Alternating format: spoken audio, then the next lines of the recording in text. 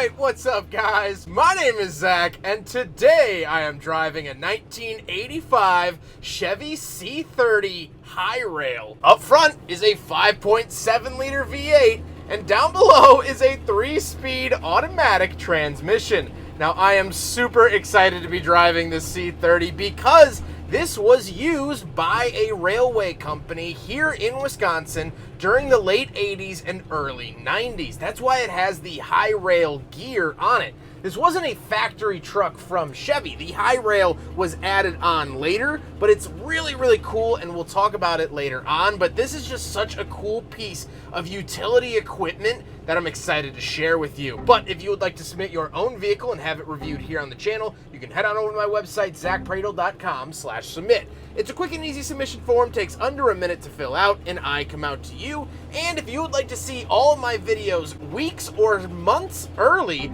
you can head on over to my Patreon. For only $5 a month, you get early access to all of my reviews, as well as exclusive audio content. But let's get back to that Chevy 350. Well, it's a small block Chevy, and when I say in my other videos that the small block Chevy was a workhorse, I really meant it. Even here in this 1-ton truck, the Chevy 350 is pulling us along. Now, this truck never was meant to go fast, and quite frankly, it can't. But the 350 was all that they needed, and so they plopped it in here and called it a day. Like I said, paired to it is a 3-speed automatic. Now, again, this is pretty lackluster for the driving experience. However, you didn't need to go that fast when on the rails. So it only needed the 3-speed. Last but not least about the drivetrain, this is rear-wheel drive. It has the C in the name, denoting that it was only 2-wheel drive. If it was a K30, it would have been 4-wheel. And as you'll notice with the wheels are actually special to the high rail. They were built by the company that did the conversion, and they're pressed inward quite a bit. Well, if you'll notice at the front and rear of the truck, we actually do have rail equipment so this truck could drive on the rails. It was used as a service vehicle or track inspection vehicle. So what you would do is you would pull the pins out of the front. There's this giant metal bar that would help you lower the rails onto the track once, of course, you drove onto the track, but you still used the truck's regular wheels and regular engine to move it along. You just had the train wheels to guide you. And we'll talk more about some guides in a little bit, but what is it like to drive the C30? Well, apparently I still have a backup beeper. It doesn't ride as harsh as you would think for a 1-ton truck, but it's also not a comfy, cozy ride. It is what it is. Visibility is great because it really is a 1970s design, so it has thin A-pillars, you sit up high, you can pretty much see the whole world around you, and steering is actually pretty light. It was still sort of that 1970s style over-boosted power steering that we saw very much so in that era. With that stuff out of the way, let's talk about the interior, because some of this is going to be standard C30 stuff, but there are a couple additions for the high rail. Well, in front of me, I have 5 gauges. Off to the left is my battery voltage, oil pressure, and coolant temperature, as well as a dead gauge. And in the center, we get our speedometer and fuel. On the steering wheel, we just get the Chevy badge. Nothing too crazy there, but then you'll see this little latch up at the top. This, when you fold it over, helps keep the steering wheel straight while on the rail. So this was for the high rail and for the track inspection vehicle. You flip it down, so then the steering wheel would stay straight. However, don't forget to turn this off before you start driving. It is a code brown when you forget to do that. Off to the left, we do have a climate vent and headlight switch, as well as down below, this unmarked switch is for the beacon up at the top of the truck. And moving out of the door, we have a smoker window, crank for the window, and latch to get in and out. That's it. Moving into the center, we have a single climate vent, our climate controls, which at least the defrost works today, thank God, and where a radio would go. We also do have a fuel switcher off to the right because this does have 2 fuel tanks. However, when the owner bought it, the driver's side fuel tank was full of water. So we just use the passenger side today. And you do have a little ashtray, cigarette lighter, some more venting, and a custom deluxe badge on the dash. Now, normally the custom badges don't really mean anything because almost all of them had it, but in this sense, this is quite custom. Now, in the center, I don't get any cup holders, so unfortunately, the C30 fails the big friggin' bottle test. But this was known as the 3+3. Now, the center seat has been removed, but it would normally have 3 seats in the front and 3 in the rear that we'll talk about. The seats themselves are comfy, cozy, and bouncy, and I really like them. I actually fit in here really well. They're nice, easy to use, and no complaints. However, speaking of seats, this is a 4-door. Surprisingly enough, it was not common to have 4 doors back in the 80s and 70s, but we do have 4 doors, so let's hop back there. All right, well, I'm in the second row of the C30 Custom, and that's something I've never said of an older truck. This was not common to have a 4-door truck back in the 70s and 80s. They just didn't really exist because families didn't buy trucks. This is still when trucks were used for utility purposes like this. This is the genesis of the crew cab because you needed to fit your railroad crew in here to go service the track. It was a multiple man job, and so you had to get 5, 6 guys in here, head down the track, fix the railroad, survey it, make sure it's good to go, and head back to base. So that's what this was used for. And I'm impressed at the fact that there's no big seam that goes over the top. Now, if you look at the outside of the back doors, they look very hastily slapped on.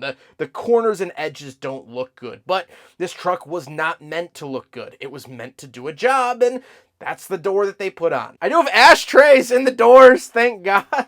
But also, I have this.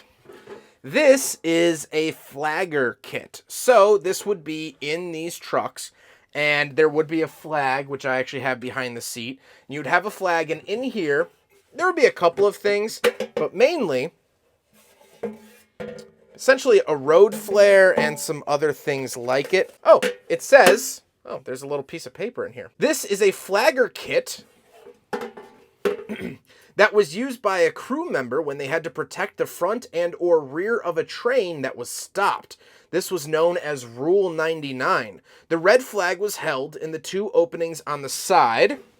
There you go, right here. Fuses were held in the longer part of the large opening, so you would open this up, light the fuse, and like carry it. They were small gunpowder-filled packets that were strapped to the top of the rail, were held in the small part of the top. The crew member would place a torpedo on the rail, which when struck by a wheel caused the gunpowder to explode, to warn an oncoming train that a train was ahead of them and would have to stop. At night, instead of using a flag, they would light a fuse. Most of them were designed to stay lit for 10 minutes and place it between the rails. If a train came across the lighted fuse, they were required to stop and wait until it burned out and then proceed at restricted speed of 1 mile per hour. So this was a kit that someone along the line would carry along with them. Very, very cool, and that's how they got it done. I didn't know that they would put gunpowder-filled explosives on the track, so when the wheel of the train went over it, it would explode and alert them. I mean, that's crazy. That piece of history right there is why I love not only this truck, but my job. I get to learn really, really cool things like that I just wouldn't learn otherwise. So I hope I shared that with you. Enough time in the back seat. Let's hop around the back. We'll take a quick look at the bed and the high rail gear at the back, and then we'll talk about the looks. All right, here we are around the back of the C30 high rail. Now, the bed itself is pretty much nothing interesting.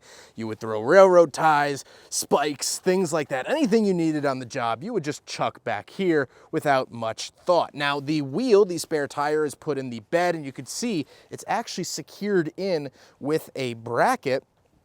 Because of the high rail equipment, it would be really hard to have a spare tire still be under there. Speaking of which, as I mentioned with the high rail equipment, you would pull these pins out and lower it. I'm not going to do it with the fear that it might not come back up, but this is what I was talking about. So these train wheels come down, they ride the rails, but you still hit the gas and the tires still make contact with the rail. So that's how it's actually powered. Now, as you can see, the wheels are pretty far sunken in, and you'll notice that on the front of the truck as well. We have more high rail equipment up here, but look at how far dished in that tire is because it has to fit to the standard gauge of the width of railroad tracks, which I forget is like 4 foot something, I want to say, but don't quote me. Here's the high rail gear up at the front, same mechanism. Pull these pins out, you would stick a big metal bar in there and pull it down, and the wheels would drop out. So, very, very cool to see all of that. Now we gotta talk about the looks, and obviously it is finished in this bright yellow color because, well, not only that was the Train company's color, which we'll talk about in a second,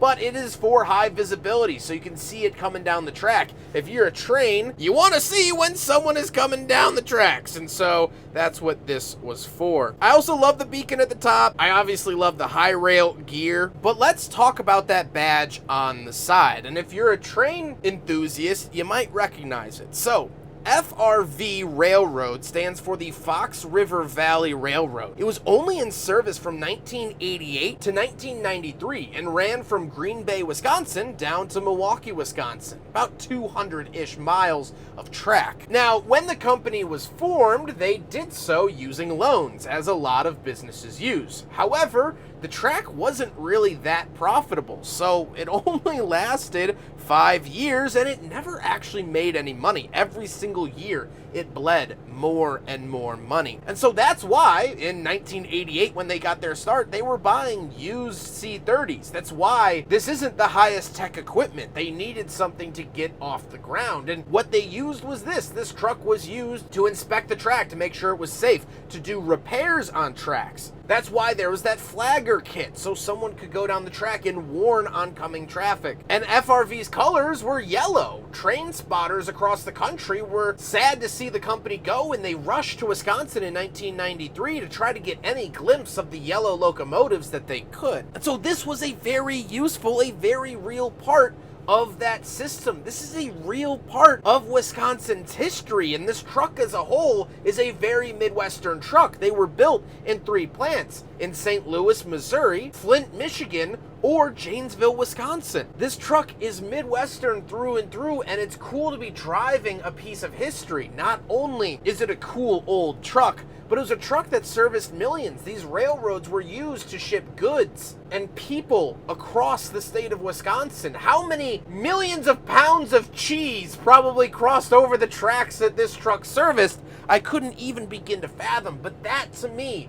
is the coolest thing to review. Trucks and vehicles like this that had a daily purpose, that were never meant to be saved or kept for more than a few years. They had to do a job and go home. These are the vehicles that I like, because trucks like this built America. The people that operated these trucks built America, and that is cool. And so here it is, an operational tool from the late 80s. Still driving, still operating, still trucking along, although more so on asphalt than 2 thin rails. I hope you guys enjoyed the video. Huge thank you to Shaden for allowing me to borrow his C30 for today's video. He's been absolutely awesome to work with. I also filmed his Mercedes diesel before this. What a cool piece of history, and I am very, very appreciative. But I hope you guys enjoyed the video. Don't forget to rate the video, comment on the video, and subscribe if you really liked it.